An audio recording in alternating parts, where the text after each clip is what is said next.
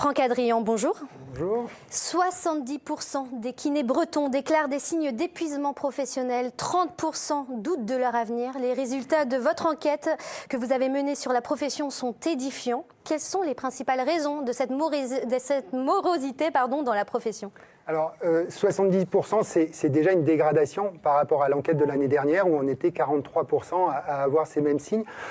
C'est vraiment un élément important et je pense que pour pouvoir continuer à avoir des kinés qui vous soignent, il faut vraiment prendre soin des kinésithérapeutes. Et la première façon de prendre soin d'eux, c'est d'avoir une convention qui leur permet de faire des soins corrects et de vous prendre en charge.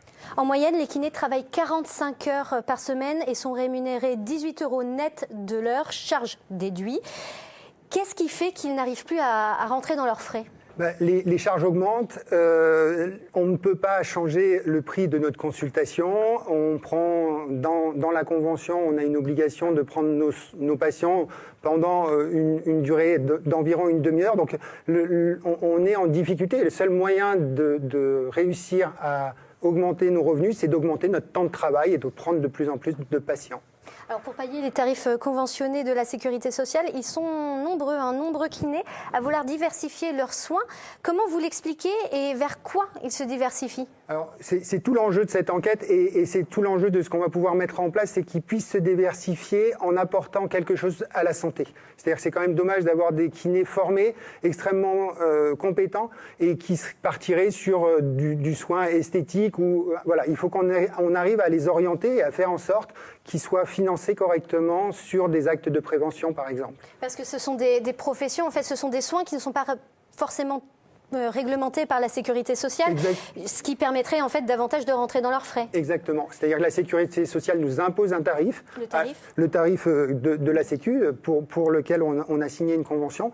Et si on fait des actes hors convention, on peut appliquer d'autres tarifs qui sont plus rémunérateurs.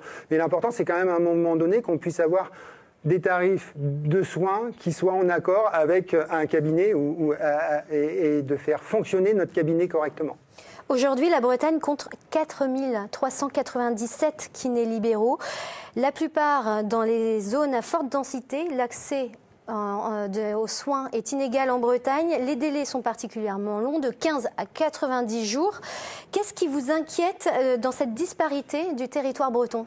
Alors, la première des choses, c'est qu'il faut 15 jours, c'est relativement court, mais 90 jours, c'est vraiment inquiétant pour les patients et on a une perte de chance. Donc il faut qu'on arrive à lutter contre ça.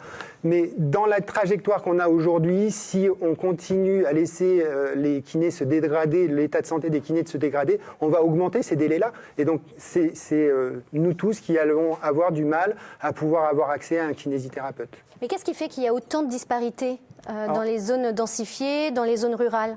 Il peut y avoir des kinésithérapeutes qui sont plus installés. Il y a effectivement une disparité sur l'installation des kinésithérapeutes et c'est pour ça qu'on a accepté un zonage qui nous permet d'avoir des aides dans les zones très sous-dotées pour inciter les kinés à s'installer dans ces zones-là. Ou alors dans les zones où il y a trop de kinés, enfin où il y a beaucoup de kinés, jamais trop de kinés, on limite l'installation. Et il y a une particularité au territoire breton, ce sont les îles. Alors effectivement, on a un littoral, on a des îles et ces îles peuvent être attachées à des bassins de vie qui sont dotés et donc on a des îles où il n'y a pas de kiné et pourtant on ne peut pas s'installer. C'est une incongruité de ce zonage. Si rien n'est fait, c'est quoi les risques pour la profession ? C'est qu'il n'y ait plus de kinés ou en tout cas qu'ils prennent une autre direction ? Oui, et perdre, c'est ce que je dis souvent, quand on perd un professionnel de santé, quand il sort du système de santé, il est perdu définitivement. Dans une période où on est en pénurie de professionnels, c'est vraiment, il faut faire extrêmement attention à ça. Un autre chiffre ressort de votre enquête, je le disais tout à l'heure, 30% des kinés qui s'interrogent sur leur avenir, ils s'interrogent comment ? Ils veulent arrêter ?